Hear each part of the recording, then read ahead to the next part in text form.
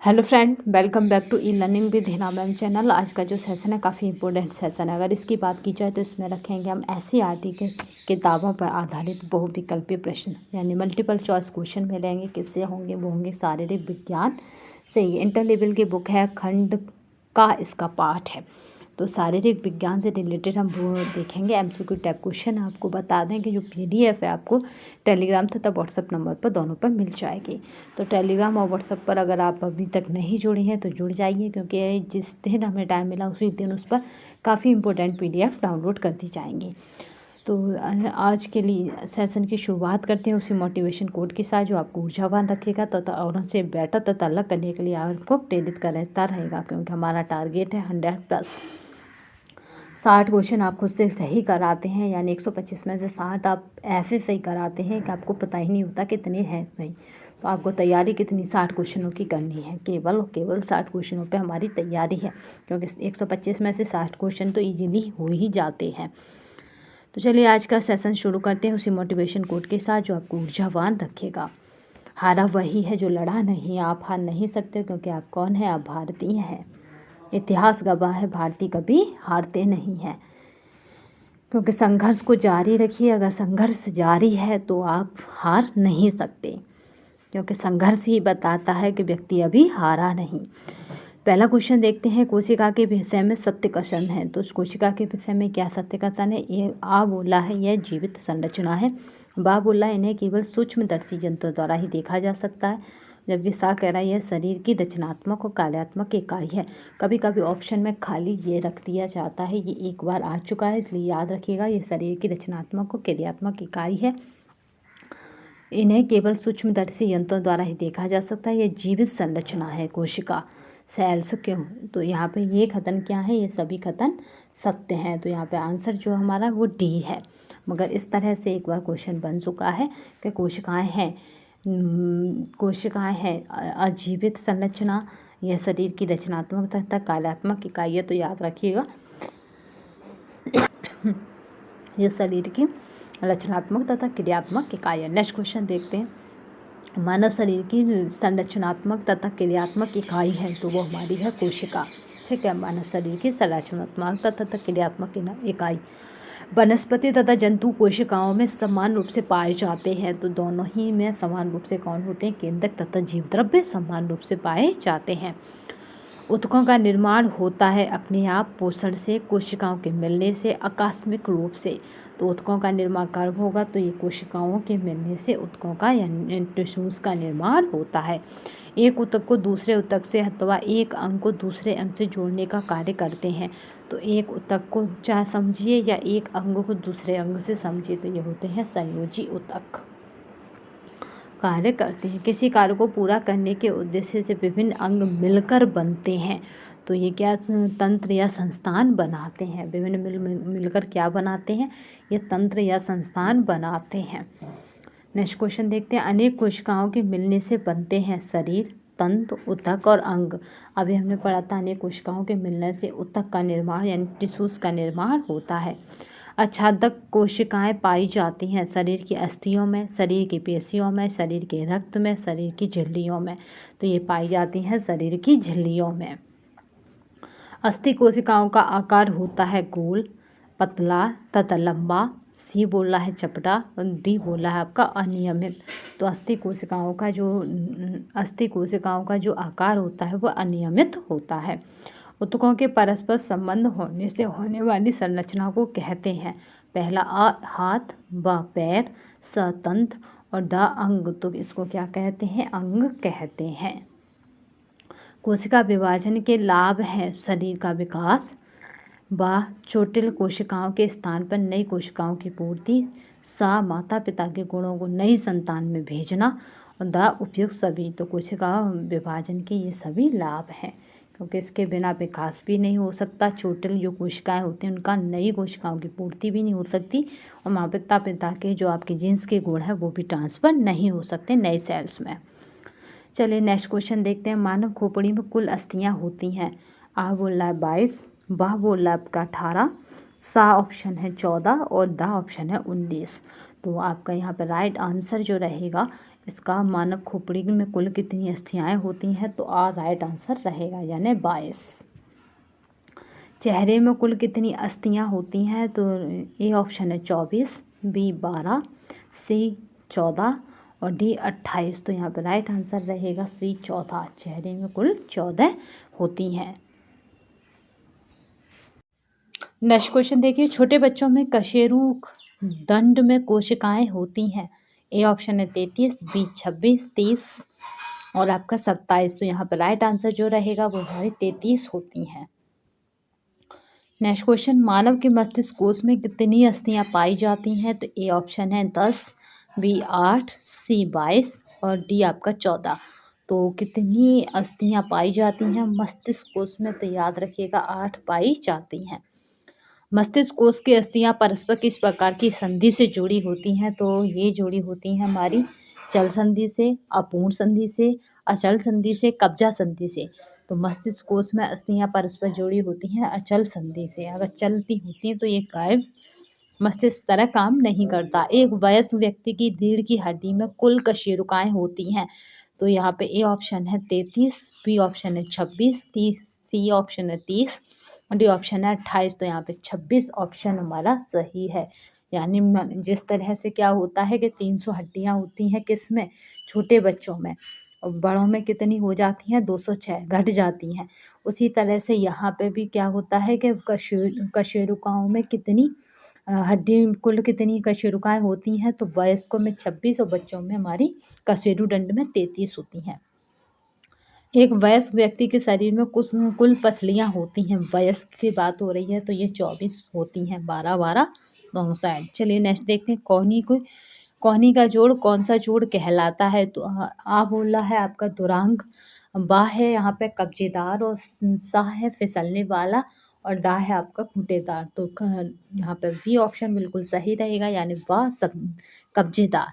कंधे के स्थान पर किस प्रकार की अस्थि संधि पाई जाती है, आ ऑप्शन है अपूर्ण चल संधि, बा ऑप्शन है कब्जेदार संधि, सा ऑप्शन है कंदूक हल्का संधि और डी ऑप्शन है फिसलने वाली संधि। तो यहाँ पे सा ऑप्शन बिल्कुल सही रहेगा, कंदूक हल्का संधि कहा जाता है। हमारे शरीर में पर्यावरण या सैंडल संधि पाई जाती है। हमारे शरीर में पर्यावरण या सैंडल संधि पाई जाती है। ए ऑप्शन है हाथ की उंगलियों में, बी ऑप्शन है कंधे पर और सी ऑप्शन है हाथ के अंगूठे पर और डी ऑप्शन है कोहनी पर। तो आपको बता दें ये बहुत इंपॉर्टेंट क्वेश्चन है, क्योंकि कुछ क्वेश्चन आपको यहीं से धरे मिल जाएंगे, क्योंकि SCRT की इंटर की है। तो बात की जाए TGT और PGT में, तो यहाँ पे हमें क्या करना है 6 to 11 या 12 तक की सारी बुकों को लगा देना है, जिससे कि कोई भी क्वेश्चन बाहर ना जाए। तो ये हाथ के अंगूठे पर पर्यावरण या फिर सैंडल संधि, याद रखिएगा सैंडल यानी आप जो सैंडल पहनते हैं उस तरह के सैंडल। तो यहाँ पे हाथ का अंगूठा इस तरह से अलग होता है तो अंगूठे पर। चलिए नेक्स्ट चलते हैं, नेक्स्ट क्वेश्चन देखते हैं। अस्थि संधियाँ शरीर को बनाती हैं गतिहीन एवं दृढ़, बी ऑप्शन है गतिशील, सी ऑप्शन है सुंदर और डी ऑप्शन है दुर्लभ। तो ये गतिशील बनाती हैं, बा ऑप्शन बिल्कुल सही है। नेक्स्ट क्वेश्चन देखते हैं, कंकाल तंत्र को सुडौलता एवं सौंदर्य प्रदान करने वाला तंत्र है।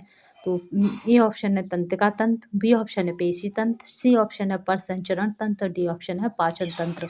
तो सुडौलता और सुंदरता कौन प्रदान करता है, तो मांसपेशियां में क्या होती हैं पेशियां, तो पेशी तंत्र इसका बिल्कुल राइट आंसर है।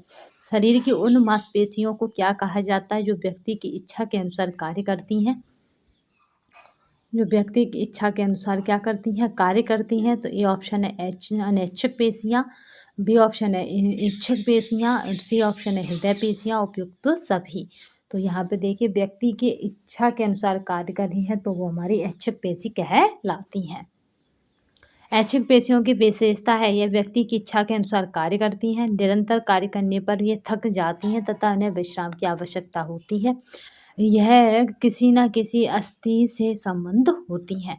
तो यहाँ पे जो ऑप्शन रहेगा ये क्या है, ये व्यक्ति की यहाँ पे जो ऑप्शन रहेगा यहाँ पे ये उपयुक्त सभी विशेषताएं इसकी विशेषताएं हैं। नेक्स्ट क्वेश्चन, हृदय पेशियों की विशेषता नहीं है। यह हृदय में पाई जाती हैं। इनमें आड़ी धारियाँ पाई जाती हैं। कुछ समय तक निरंतर कार्य करने पर ये थक जाती हैं। ये व्यक्ति की इच्छा से मुक्त होकर कार्य करती हैं। तो हृदय पेशी की अगर बात की जाए तो इसकी कौन सी विशेषता नहीं पूछा जा रहा है। तो यहाँ पे जो राइट रहेगा आंसर वो हमारा रहेगा, ये कुछ समय तक निरंतर कार्य करने पर थक जाती हैं, क्योंकि अगर ये थक गई तो इंसान भी थक जाएगा। कुछ समय तक निरंतर कार्य करने पर ये थक जाती हैं, ये बिल्कुल गलत है, क्योंकि ये कार्य करती ही रहती हैं। चलिए, लार में कौन सा कीड़ोन पाया जाता है। तो यहाँ पे ए ऑप्शन है ट्रिप्सिन, बी ऑप्शन है एमाइलोलेप्सिन, और डी ऑप्शन है टाइलिन, और डी ऑप्शन आपका सी ऑप्शन है टाइलिन, डी ऑप्शन है पेप्सिन। तो यहाँ पे राइट आंसर जो रहेगा वो हमारा रहेगा टाइलिन। दांतों को मजबूत बनाने वाला तत्व कौन सा है। ए ऑप्शन है प्रोटीन, बी ऑप्शन है कैल्शियम, सी ऑप्शन है कार्बोहाइड्रेट, डी ऑप्शन है वसा। तो दांतों को मजबूत बनाने वाला तत्व हमारा कैल्शियम। इसकी अधिकता से दांत और हड्डियों के लिए कैल्शियम तथा फास्फोरस भी आवश्यक होता है। पाइलोरिक द्वार पाचन तंत्र के किस भाग में होता है। छोटी आंत में, बी ऑप्शन है बड़ी आंत में, सी ऑप्शन है अमाशय में, डी ऑप्शन है ग्रसनी में। तो ये किस में होता है पाइलोरिक द्वार। तो ये हमारा अमाशय में होता है पाइलोरिक द्वार, यानी सी ऑप्शन बिल्कुल सही है। निम्नलिखित में से कौन सा अंग पाचन तंत्र से संबंधित नहीं है, नहीं पूछा जा रहा है। तो पहला ऑप्शन है अमाशय, बी ऑप्शन है पकवाशय, डी ऑप्शन है गुर्दे, सी ऑप्शन है छोटी आंत। तो यहाँ पे सी ऑप्शन बिल्कुल सही है, यानी गुर्दे जो है हमारे वो पाचन तंत्र का भाग नहीं है, ये उत्सर्जन तंत्र का पार्ट है। निम्नलिखित में से कौन सा अंग आहार नाल का भाग नहीं है।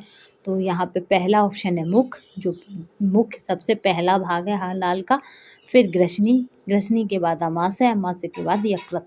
तो कौन सा भाग है जो आहार नाल का भाग नहीं है। तो यकृत जो है आहार नाल का भाग नहीं है, क्योंकि ये भंडारण गृह की तरह काम करता है। आहार नाल का सबसे लंबा भाग होता है। पहला ऑप्शन है अमाशय, दूसरा ऑप्शन है छोटी आंत, तीसरा ऑप्शन है बड़ी आंत, और चौथा ऑप्शन है मलाशय। तो यहाँ पे सबसे लंबा भाग पूछा जा रहा है, तो वो हमारी छोटी आंत होता है। छोटी आंत की लंबाई बड़ी आंत सबसे बड़ी आंत से भी ज़्यादा होती है। पकवाशय में मिलते हैं। तो ए ऑप्शन है पित्त रस तथा एनाइसिक रस, बी ऑप्शन है हाइड्रोक्लोरिक अम्ल, सी ऑप्शन है टाइलिन, और डी ऑप्शन है जठर रस। तो यहाँ पे ए ऑप्शन बिल्कुल सही है, पित्त रस एवं अग्नाशयिक रस मिलते हैं। छोटी आंत का अति महत्वपूर्ण कार्य है ग्रहण किए गए भोजन को सड़ने से बचाना, पोषक तत्वों का अवशोषण करना, पोषक तत्वों को संचित करना, और उपयुक्त में से कोई नहीं।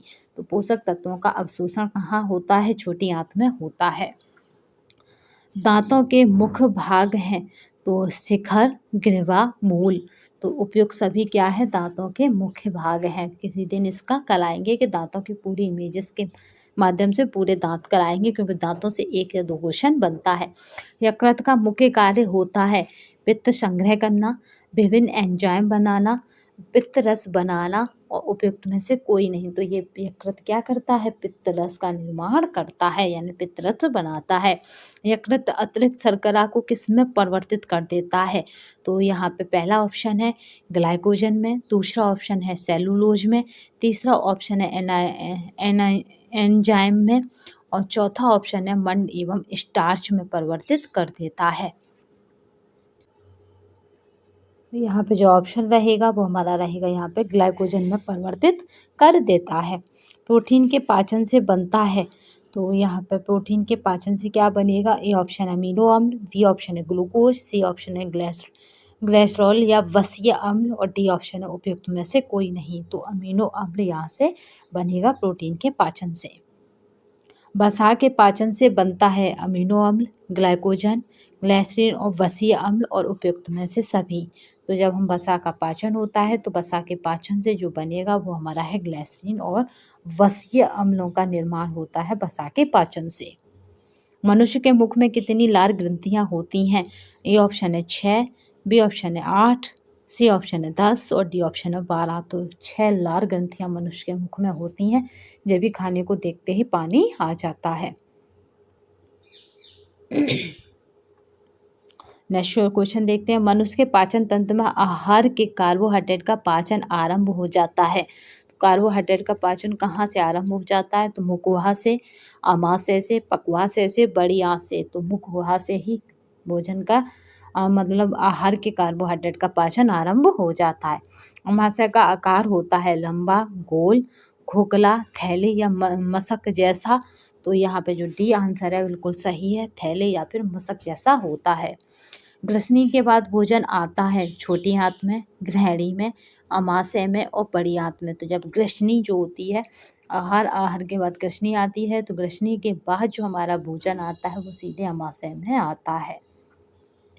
ठीक है, यहाँ पे मुँह चलना, फिर मुँह के इस तरह ग्रसनी, फिर इस तरह आमाशय, फिर इस तरह से आपका पाचन क्रिया संपन्न होती है। तो यहाँ पे आमाशय में आता है। रेनिन नामक एंजाइम जो आमाशय में बनता है, तो आमाशय में बनता है, प्रोटीन पर क्रिया कराता है, केवल दूध की प्रोटीन पर क्रिया कराता है।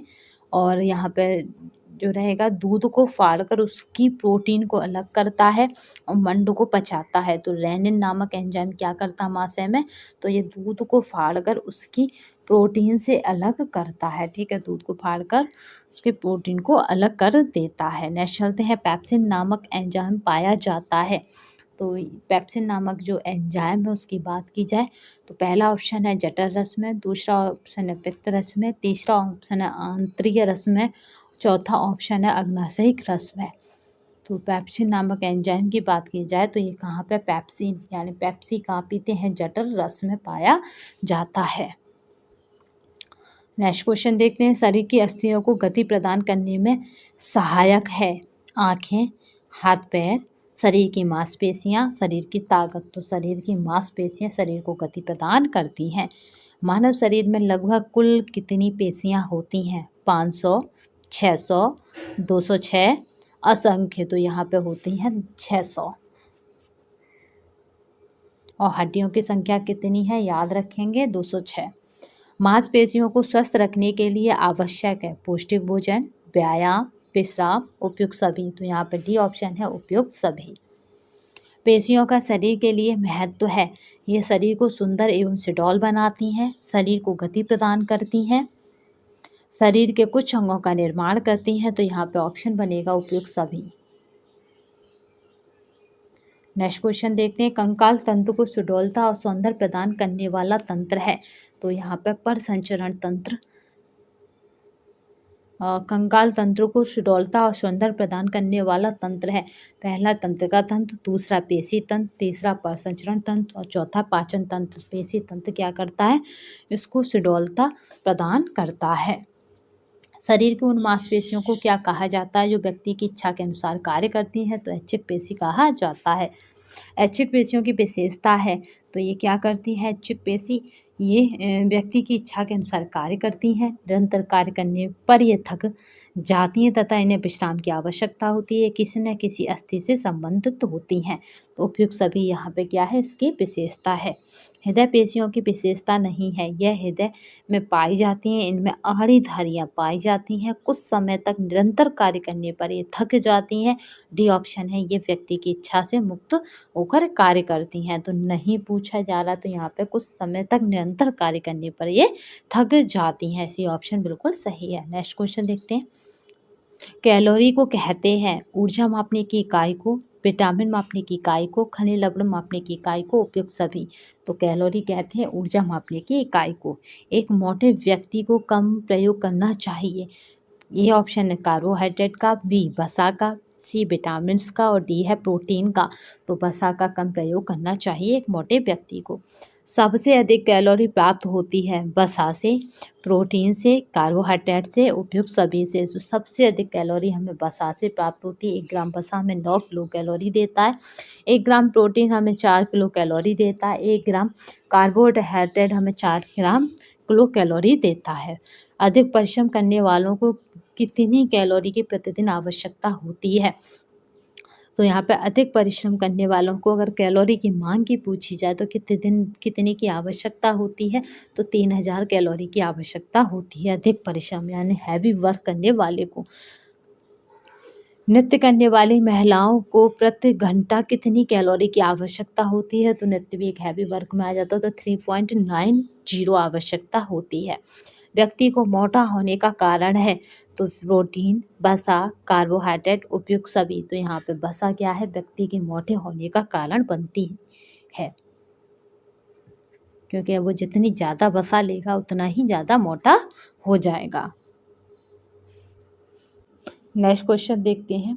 मूल रूप से दूध क्या है? एक पेय पदार्थ है, बच्चों का आहार है, एक संपूर्ण आहार है और एक अनिवार्य आहार है। तो दूध क्या है? एक तरह से तो दूध को माना जाता है एक संपूर्ण आहार। सर्वाधिक वसा होती है माता के दूध में, गाय के दूध में, भैंस के दूध में, उपयुक्त सभी में। तो अगर सर्वाधिक वसा की बात की जाए तो सर्वाधिक वसा हमें मिलती है भैंस के दूध में। गाय के 1 लीटर दूध में कितनी कैलोरी होती है? तो गाय का 1 लीटर दूध हमें गाय के 1 लीटर दूध में कितनी कैलोरी ऊर्जा प्राप्त होती है? तो यहाँ पे ए ऑप्शन क्या है? 300, बी ऑप्शन है 400 और सी ऑप्शन है 500 कैलोरी और डी ऑप्शन है 600। तो यहाँ पे राइट आंसर रहेगा 300 कैलोरी ऊर्जा मिलती है। एक शाकाहारी व्यक्ति को प्रतिदिन कितना दूध पीना चाहिए? तो शाकाहारी व्यक्ति की बात आ रही है, तो उसे प्रतिदिन कितना दूध पीना चाहिए? तो यहाँ पे जो ऑप्शन बनेगा वो हमारा है 500 मिलीलीटर पीना चाहिए। कितना पीना चाहिए? तो 500 मिलीलीटर पीना चाहिए। एक मांसाहारी व्यक्ति को प्रतिदिन कितना दूध पीना चाहिए? तो जो मांसाहार का भी सेवन कर सकता है तो उसे कितना पीना चाहिए दूध? तो वो हमारा 300 मिलीलीटर दूध पीना चाहिए, क्योंकि वो दूध कम भी पी सकता है। पाश्चराइजेशन के लिए दूध को कितने तापक्रम तक गर्म करना चाहिए, तब उसमें पाश्चराइजेशन होगा? तो वो हमारा ऑप्शन रहेगा, ए ऑप्शन है 50 सेंटीग्रेड तक, बी ऑप्शन है 65 सेंटीग्रेड तक, डी ऑप्शन है 80 सेंटीग्रेड तक और डी ऑप्शन है आपका 100 सेंटीग्रेड तक। तो यहाँ पे जो राइट आंसर बनेगा वो हमारा है 65 यानी 65 सेंटीग्रेड तक हमें गर्म करना चाहिए। हमारा जो शरीर का तापमान होता है, टेम्परेचर होता है, वो कितना सेंटीग्रेड होता है, आप हमें कमेंट बॉक्स में बताएंगे। संतुलित आहार में उपयुक्त मात्रा में विद्यमान होते हैं, तो प्रोटीन, खनिज लवण तथा विटामिन, वसा तथा कार्बोहाइड्रेट, उपयुक्त सभी। तो यहाँ पर राइट आंसर जो रहेगा वो रहेगा उपयुक्त सभी। व्यक्ति के लिए आहार की उपयोगिता का मुख्य निर्धारण करता है। पहला ऑप्शन है स्वाद, दूसरा है सुगंध, तीसरा है पौष्टिकता और चौथा उपयुक्त में से कोई नहीं। तो यहाँ पे है पौष्टिकता क्या है? राइट आंसर है। संतुलित आहार की विभिन्नताओं का कारण है आयु, व्यवसाय, लिंग, उपयुक्त सभी। तो यहाँ पे उपयुक्त सभी बिल्कुल राइट आंसर है संतुलित आहार का। व्यक्ति को संतुलित आहार ग्रहण करना चाहिए, क्योंकि इससे पहला ऑप्शन है ऊर्जा प्राप्त होती है, बी ऑप्शन है भूख मिट जाती है, सी ऑप्शन आहार संबंधित समस्त आवश्यकताएं पूरी हो जाती हैं, डी ऑप्शन है शरीर मोटा हो जाता है। सी ऑप्शन है आहार संबंधित समस्त आवश्यकताएं पूरी हो जाती हैं। भोज्य पदार्थों में विद्यमान ऊर्जा के मापन की इकाई है, तो यहाँ पे ए ऑप्शन है औंस, बी ऑप्शन है ग्राम, सी ऑप्शन है डिग्री और डी ऑप्शन है कैलोरी। तो यहाँ पर राइट आंसर जो है वो हमारा है कैलोरी, क्योंकि हमें ऊर्जा मापन की इकाई क्या है? कैलोरी है। कुपोषण से होने वाली बीमारी है क्वाशियरकर, मैरिस्मस, अस्थि विकृति और उपयुक्त सभी। तो यहाँ पे उपयुक्त सभी क्या है? कुपोषण से होने वाली बीमारी है। कुपोषण तथा अल्पोषण की समस्या के समाधान के लिए मुख्य उपाय है अधिक से अधिक स्वादिष्ट भोज्य पदार्थों की व्यवस्था करना, सस्ते संसाधित पूरक आहार की व्यवस्था करना, व्यापक प्रचार करना। इस समस्या को कोई समाधान नहीं है। तो यहाँ पे सस्ते संसाधित पूरक आहार की व्यवस्था करना, क्योंकि हमें अगर प्रोटीन चाहिए, ठीक है, हमको पोषण है तो हमें प्रोटीन चाहिए, तो सस्ता कैसे होगा कि हम दालों से तथा सोयाबीन से प्रोटीन की मात्रा पूरी कर सकते हैं। जरूरी नहीं हम काजू से करें। अगर हमें वसा की मात्रा चाहिए तो हम क्या कर सकते हैं? जरूरी नहीं घी खाएं, हम क्या करेंगे? इनडायरेक्ट वे वसा को हम दूध के थ्रू भी पूर्ति कर सकते हैं। तो इस तरह से क्या है कि हम सस्ते संसाधन से पूरक आहार की व्यवस्था कर सकते हैं। पेलेग्रा रोग किस विटामिन की कमी से होता है? तो विटामिन B2 की कमी से, विटामिन B3 की कमी से, विटामिन B6 की कमी से और विटामिन B12 की कमी से। तो पेलेग्रा जो है विटामिन 3 की कमी से होता है। विटामिन ए की कमी से प्राय कौन सा रोग होता है? तो यहाँ पे रतौंधी जो रोग है वो विटामिन ए की कमी से होता है। पेलिग्रा किसकी से है? विटामिन B3 की कमी से होता है। और घेंघा किसकी कमी से होता है? तो विटामिन डी की कमी से होता है। अगर रिकेट्स की बात की जाए तो रिकेट्स आपका किसकी कमी से होगा, ये आप हमें कमेंट बॉक्स में बताएंगे। क्योंकि विटामिन ए की कमी से रतौंधी होता है, विटामिन बी से बेरी होता है, या फिर पेलिग्रा भी हो जाता है। पेलिग्रा बी ग्रुप यानी विटामिन B3 से होता है। विटामिन डी की कमी से घेंघा हो जाता है, जिसको गलघंट कहते हैं। और रिकेट्स किसकी कमी से होता है, ये हमें कमेंट बॉक्स में आप बताएंगे। विटामिन डी प्रचुर मात्रा में किससे प्राप्त होता है? सूर्य से, मक्खन से, प्रचुर मात्रा में पूछा जा रहा है, हरी तरकारी से, दूध से। तो यहाँ पे विटामिन डी अगर प्रचुर मात्रा में पूछा जाए किससे प्राप्त होता है, तो ये हमें हरी तरकारी यानी हरी सब्जियों से प्राप्त होता है। सूर्य से भी हमें विटामिन डी प्राप्त होता है, मगर सूर्य हमारे एक प्राकृतिक संसाधन के रूप में आता है। खाने में हम क्या हरे पत्तेदार सब्जियां लेते हैं, तो उससे हमारी विटामिन डी प्रचुर मात्रा में हमें प्राप्त होती है। मादक पेय पदार्थों का सेवन करना चाहिए कभी कभी, केवल त्योहारों के अवसरों पर, केवल शादी ब्याह के अवसरों पर, कभी नहीं। आपको बता दें पिछली बार भी आया था कि इसमें से प्राकृतिक पेय पदार्थ यानी कुछ लिक्विड डाइट नहीं है, ऐसी था। तो उसमें से चाय की जगह बहुतों ने कुछ और लगाया, बट उसमें चाय राइट आंसर था, क्योंकि वो स्वास्थ्यवर्धक पेय पदार्थ नहीं है चाय। तो यहाँ पे जो ऑप्शन बनेगा कभी नहीं। ठीक है, पेय पदार्थों का हमें सेवन मादक पदार्थों का कभी नहीं करना चाहिए। मादक पदार्थों के सेवन से प्रभावित होता है मस्तिष्क, यकृत, वृक्क और उपयुक्त सभी। तो इन सभी से सभी प्रभावित होते हैं। ठीक है, निकोटियाना टेविकम नामक पौधे की पत्तियों से प्राप्त होती है। चाय, तम्बाकू, सुल्फा और भांग। तो यहाँ पे जो निकोटियाना टेविकम जो पत्तियां हैं उनसे हमें क्या प्राप्त होता है? तम्बाकू प्राप्त होती है। का और का कम कम, इस तरह से आप याद रख सकते हैं। कम मादक पदार्थ हैं, तो कम मादक पदार्थ है शराब, ड्रग्स, अफीम, चाय। तो चाय जो है आपकी मादक पदार्थों में है, मगर इसमें मात्रा थोड़ी मादक पदार्थों से अन्य मादक पदार्थों की अपेक्षा कम होती है। मसालों को आहार में सम्मिलित करने से लाभ होता है। मसाले भोजन को सरस एवं स्वादिष्ट बनाते हैं। मसाले भोजन को पचाने में सहायक होते हैं। मसाले हमारी भूख को बढ़ाते हैं। उपयुक्त सभी लाभ होते हैं, क्योंकि मसालों का भी अपना एक महत्व है। मिर्च मसालों के अधिक प्रयोग से हानि होती है। पाचन शक्ति घट जाती है, पाचन क्रिया अस्त व्यस्त हो जाती है, लैट्रिन छूट जाती है, पेट में जलन तथा मुंह में छाले पड़ जाते हैं। तो उपयुक्त राइट आंसर है, क्योंकि डी क्या है? उपयुक्त सभी हानियां होती हैं। मसालों में पोषक तत्व पाया जाता है, प्रोटीन, कार्बोज, वसा। तो इनमें से कोई भी तत्व मसालों में नहीं पाया जाता, किसी भी पोषक तत्व का मसालों में इनमें से नहीं होता। वायु विकार दूर करती है अजवाइन, सौंफ, मिर्च और इमली। तो वायु विकार को अजवाइन दूर करती है। जब हवा नहीं घूमती तो आप अजवाइन का सेवन कर सकते हैं। कॉफ़ी कौन से पौधे से प्राप्त हो जाती है? तो कैफिया अरेबिका से कॉफ़ी हमें प्राप्त होती है। का से कॉफ़ी और का से कैफिया अरेबिका से हमें कॉफ़ी प्राप्त होती है। उत्सर्जन तंत्र का मुख्य कार्य है व्यर्थ एवं हानिकारक पदार्थों को शरीर से बाहर निकालना, शरीर के वजन को नियंत्रण करना, शरीर को सुंदर बनाना। उपयुक्त में से कोई नहीं। तो उत्सर्जन का कार्य होता है व्यर्थ एवं हानिकारक पदार्थों को शरीर से बाहर निकालना। शरीर में बनने वाले हानिकारक पदार्थों को शरीर से बाहर निकालने वाले अंग की व्यवस्था को कहते हैं गुर्दे एवं मूत्र प्रणाली, बड़ी आंत, पाचन तंत्र, उत्सर्जन एवं विसर्जन तंत्र। तो उनको कहते हैं उत्सर्जन अथवा विसर्जन तंत्र। निम्नलिखित में से कौन सा अंग उत्सर्जक अंग नहीं है? तो पहला ऑप्शन है गुर्दे, दूसरा है त्वचा, तीसरा है हृदय और चौथा है बड़ी आंत। तो यहाँ पे उत्सर्जन तंत्र पूछा जा रहा है, तो आपका हृदय जो है वो उत्सर्जन तंत्र नहीं है, ये पाचन तंत्र भी नहीं है, याद रखिएगा। वृक्क को दिन भर में लगभग रक्त छानना पड़ता है। तो 20 लीटर, 50 लीटर, 150 लीटर, 180 लीटर। तो यहाँ पे 180 लीटर छानना पड़ता है। उत्सर्जन तंत्र द्वारा कार्य करना बंद कर देने पर क्या होगा, शरीर अत्यधिक मोटा हो जाएगा, व्यक्ति अधिक शक्तिशाली हो जाएगा, व्यक्ति का स्वास्थ्य और जीवन खतरे में हो जाएगा, उपयुक्त में से कोई नहीं। तो राइट आंसर है व्यक्ति का स्वास्थ्य और जीवन दोनों ही खतरे में पड़ जाते हैं अगर उत्सर्जन तंत्र अपना कार्य करना बंद कर देता है।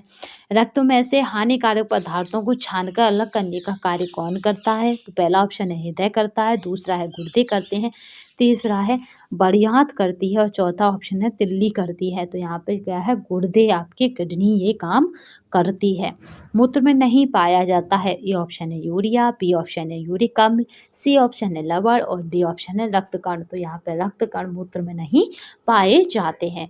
मूत्र में जल की आवश्यकता होती है या जल की मात्रा होती है मूत्र में, तो यहाँ पे ए ऑप्शन है 20%, बी ऑप्शन है 99% और सी ऑप्शन है 95% और डी ऑप्शन है 40%। तो जल में मूत्र की मात्रा मतलब मूत्र में जल की मात्रा कितनी होती है, तो प्रॉपर 95% होती है, क्योंकि जल कैसे हमारे शरीर से सब कुछ को शुद्ध करके बाहर निकलता है। जैसे सफाई होती है ना घर की, उसी तरह से जल से हमारी बॉडी की सफाई होती है, वो मूत्र के द्वारा बाहर निकल जाता है।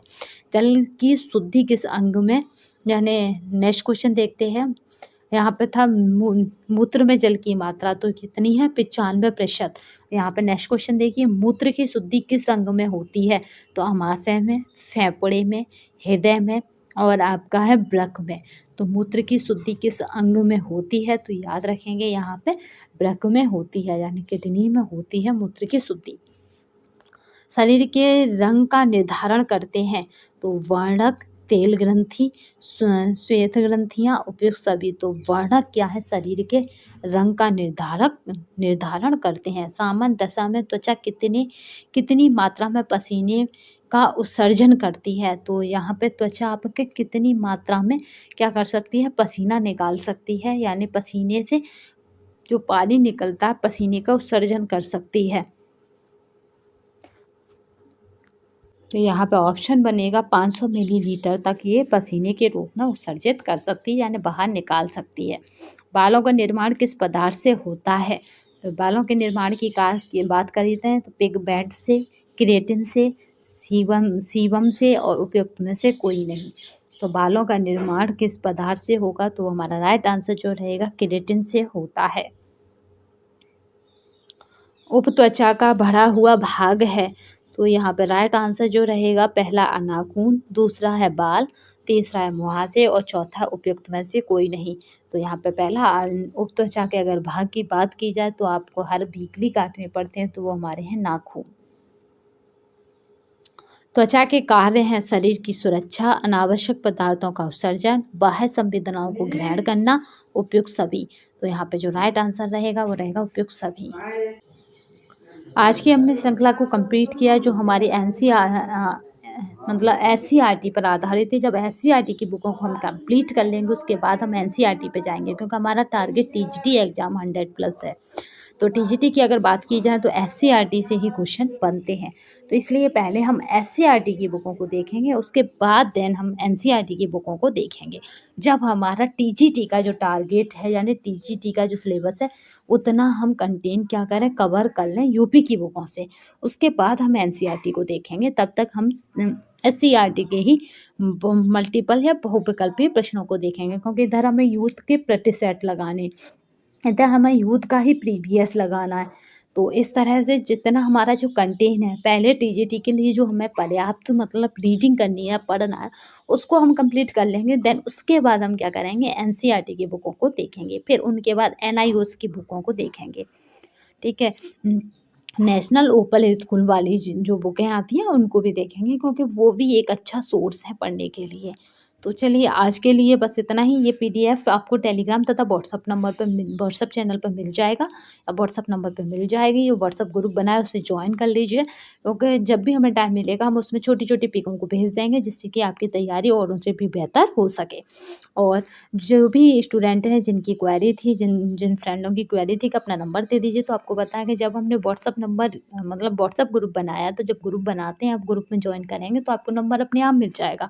तो सारे जो नंबर है या कुछ भी है आपका, वो सब जो भी आप वीडियो देखते हैं उसके डिस्क्रिप्शन बॉक्स को अगर आप खोलेंगे तो आपको उसमें सब कुछ डिटेल मिलता है। तो आप ये पीडीएफ भी आपको क्या मिलेगी, हमारे टेलीग्राम तथा व्हाट्सएप नंबर पर मिलेगी।